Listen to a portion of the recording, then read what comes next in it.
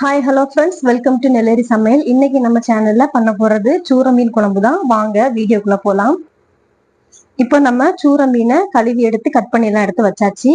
இப்போ நம்ம அதுக்கு சேர்க்கக்கூடிய மசாலா எல்லாம் அரைச்சு எடுத்துருவோம். வாங்க. இப்போ நம்ம ஸ்டவ் ஆன் பண்ணி ஒரு கடாயை வச்சுருக்கோம். கடாய் நல்லா சூடாகட்டும். இன்னைக்கு நம்ம வறுத்தரைச்சு தான் மீன் குழம்பு வைக்க போறோம். அதனால நம்ம ஃபர்ஸ்ட் தேங்காவை வறுத்து எடுத்துடலாம். இப்போ நம்ம தேங்காவை வறுத்தெடுத்துடலாம். நல்ல ப்ரௌன் கலர்ல வறுத்தெடுக்கலாம். இது இப்போ லைட்டா ப்ரௌன் கலர்ல ஆயிருக்கு. இதுல நம்ம மசாலா பொடி எல்லாமே ஆட் பண்ணிடலாம். ஃபர்ஸ்ட் நம்ம மிளகா பொடி ஆட் பண்ணுவோம்.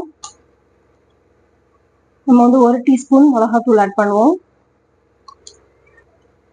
2 டீஸ்பூன் மல்லித்தூள், கொஞ்சமா வெந்தயம் ஆட் பண்ணுவோம்.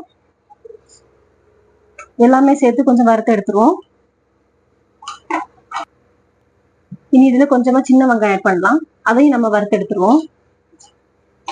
எல்லாமே நம்ம இப்ப வறுத்தாச்சு. இதை நம்ம சூடு ஆற வச்சிடலாம்.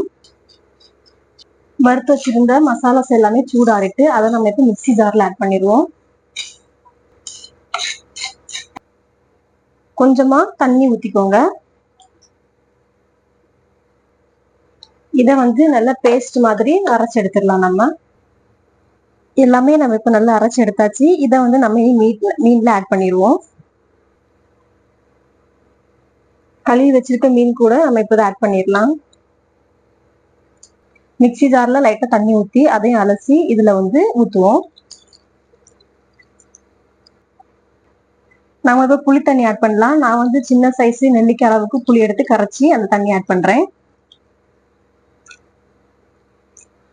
இப்ப நம்ம ஊத்துனது எல்லாமே நல்லா மிக்ஸ் பண்ணி விட்டுக்கோங்க. இதுல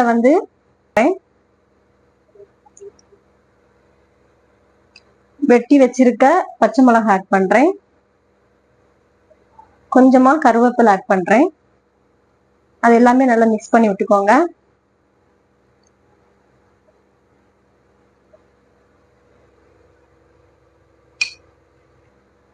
தேவையான அளவு உப்பு ஆட் பண்ணிக்கோங்க. தேவையான அளவு மஞ்சத்தூள் ஆட் பண்ணிக்கோங்க. எல்லாத்தையுமே நல்லா மிக்ஸ் பண்ணி விட்டுக்கோங்க. இப்ப இதை நம்ம கொதிக்க வச்சிடலாம். நம்ம இப்ப இது மூடி போட்டு வேக வச்சிடலாம்.